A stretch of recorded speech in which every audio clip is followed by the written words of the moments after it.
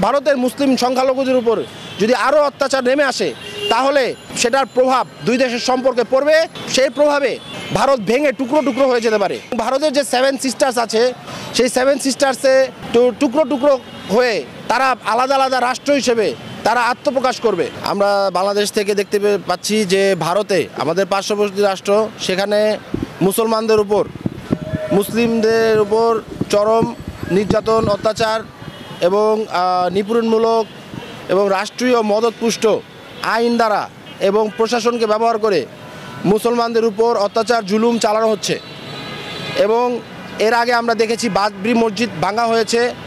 এর আগে আমরা দেখেছি ভারতে বিভিন্ন মুসলমান যে স্থাপনা সেগুলোর উপর আক্রমণ হয়েছে। ইদানিং আমরা দেখতে পাচ্ছি যে তারা একটি ওয়াকফ আইন নামে একটি আইন পাশ করেছে, যার মাধ্যমে তারা ওয়াকফকৃত সকল সম্পত্তি বাজেয়াপ্ত করে নেওয়ার একটি পায়তারা করছে। অর্থাৎ সমগ্র ভারতে যেখানে বিশ্বের প্রায় 20 কোটি মুসলমানের বসবাস, সেই মুসলিম জনগোষ্ঠীর উপর তাদের যে মাদ্রাসা এবং তাদের মসজিদের যে সম্পত্তি, যেগুলো কিনা ওয়াকফকৃত সম্পত্তি, সেই সম্পত্তি বাজেয়াপ্ত করে নেওয়ার একটি ঘৃণ্য পায়তারা আমরা লক্ষ্য করতে পারছি ভারত সরকার এবং মোদী সরকারের পক্ষ থেকে। এবং এটা আমরা এর তীব্র নিন্দা জানাই এবং আমরা বাংলাদেশ সরকারের কাছে, বাংলাদেশের পররাষ্ট্র মন্ত্রণালয়ের কাছে আহ্বান জানাবো যে এর নিন্দা জানিয়ে এবং এটাকে কন্ডেম করে শক্তভাবে তাদেরকে একটি বার্তা প্রেরণ করা।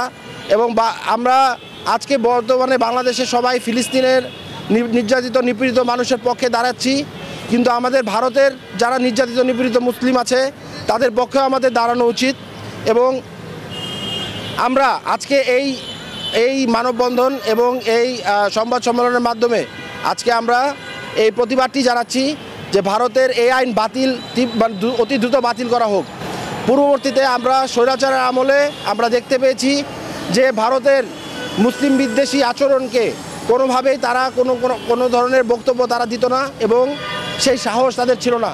কিন্তু বর্তমানে নতুন বাংলাদেশে আমরা আমাদের মুসলিম ভাই বোনদের অধিকার এবং তাদের নিরাপত্তা নিয়ে অত্যন্ত শঙ্কিত। এবং আমাদের পার্শ্ববর্তী ভারতে যে মুসলিমরা রয়েছে তাদের উপর যে অত্যাচার জুলুম হচ্ছে, সেই জুলুমের বিরুদ্ধে আমরা আজকে এখানে দাঁড়িয়েছি। আজকে তাদের উপর হওয়া জুলুম এবং তাদের মাদ্রাসা এবং মসজিদের উপর হামলা করার জন্য ভারত সরকার যে পায়তারা করছে সেটার জন্য আমরা দাঁড়িয়েছি। ভারতে আমরা দেখেছি যে বাবরি মসজিদ ভেঙে ফেলা হয়েছিল এবং সেটি একটি উচ্চ আদালতের রায়ের মাধ্যমে। আর এখন যে আইনটি পাশ করা হয়েছে সেটি দ্বারা তারা ভারতের যাবতীয় সকল মসজিদ এবং মাদ্রাসার উপর হামলা করার একটি ঘৃণ্য পরিকল্পনা করছে এবং সেই পরিকল্পনার বিরুদ্ধে আজকে আমরা এখানে দাঁড়িয়েছি। এবং ভারতে যাতে মাদ্রাসা এবং মসজিদের উপর হামলা না হয় এবং মুসলিম অন্যান্য পেশাজীবীদের উপর হামলা না হয় এবং জোর করে মানুষকে, মুসলমানদেরকে জয় শ্রীরাম বলার জন্য চাপ দেওয়া হয়, সেই ধরনের নিপীড়নমূলক আচরণ আমরা ভারতে দেখতে পাচ্ছি এবং সেটার প্রতিবাদে আজকে আমরা এখানে দাঁড়িয়েছি। এই বিষয়ে আমরা আন্তর্জাতিকভাবে কোনো পদক্ষেপ নেইনি, কিন্তু আমরা বর্তমানে বাংলাদেশ থেকেই শুরু করছি যে আমাদের পররাষ্ট্র মন্ত্রণালয়ের মাধ্যমে একটি বার্তা প্রেরণ করা হোক এবং একটি সতর্কতামূলক বার্তা প্রেরণ করা হোক যে এই ধরনের আইন যদি পাশ করা হয় এবং ভারতের মুসলিম সংখ্যালঘুদের উপর যদি আরও অত্যাচার নেমে আসে তাহলে সেটার প্রভাব দুই দেশের সম্পর্কে পড়বে এবং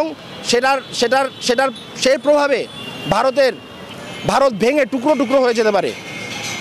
এবং ভারতের যে 7 সিস্টার্স আছে সেই 7 সিস্টার্সে টুকরো টুকরো হয়ে তারা আলাদা আলাদা রাষ্ট্র হিসেবে তারা আত্মপ্রকাশ করবে। এবং ভারতকে আমরা এই সতর্কতামূলক বার্তাই আমরা আজকে এখান থেকে দিতে যাচ্ছি।